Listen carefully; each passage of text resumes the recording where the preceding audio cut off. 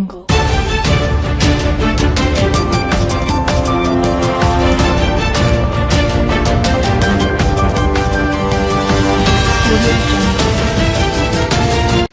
आज तक 24/7 न्यूज में आपका स्वागत है और मैं हूं आपके साथ निकिता श्रीवास्तव। आइए रुक करते हैं आज की तमाम बड़ी खबरों का।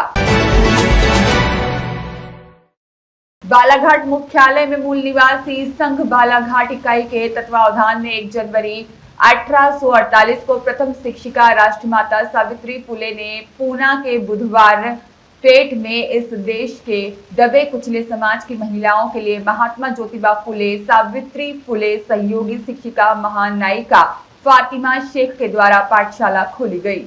1 जनवरी 1848 इस देश में प्रथम पाठशाला खोली गई। बालाघाट जिले के मुख्यालय में पहली बार मूल निवासी संघ के द्वारा मनाया गया। इस कार्यक्रम में अनेक वक्ताओं ने अपने विचार रखे, जिसमें अशोक मरार जिला अध्यक्ष, मूल निवासी संघ बालाघाट उषा सरस्वती पंचेश्वर, DL मानेश्वर, रमेश पंचे और जिला अध्यक्ष मरार माली समाज बालाघाट RB डोड RD उइके और जगदीश नाग मंच से संचालन रुपेश नागोसे के द्वारा किया गया। इस कार्यक्रम में सैकड़ों कार्यकर्ता मौजूद रहे। सर, हमने जो मूल निवासी संघ प्रथम पाठशाला दिवस का कार्यक्रम आयोजन किया, उस पर आपके क्या विचार है?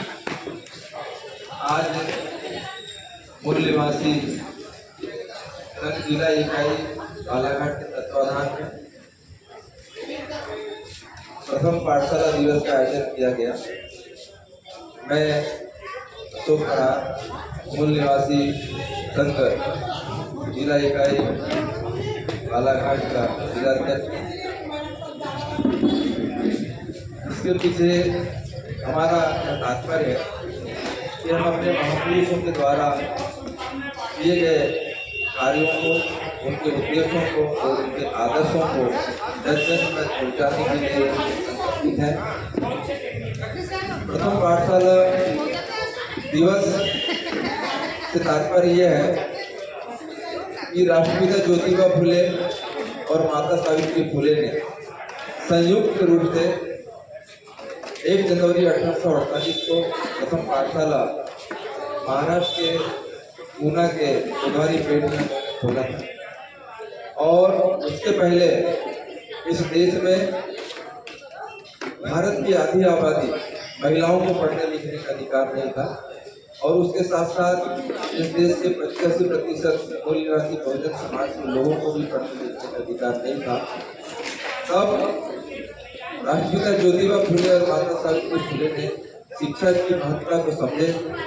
शिक्षा से ही इंसान की, मनुष्य की हर प्रकार की प्रगति संभव है, ऐसा उन्होंने माना। क्योंकि शिक्षा के बिना मनुष्य किसी भी आधार पर मनुष्य का जीवन नहीं जी सकता, वो पशु तुल्य होता है। तो ऐसे विदेशी आक्रांता आर्यों के द्वारा हमें ऐसी व्यवस्था दी गई थी। ऐसी परिस्थिति में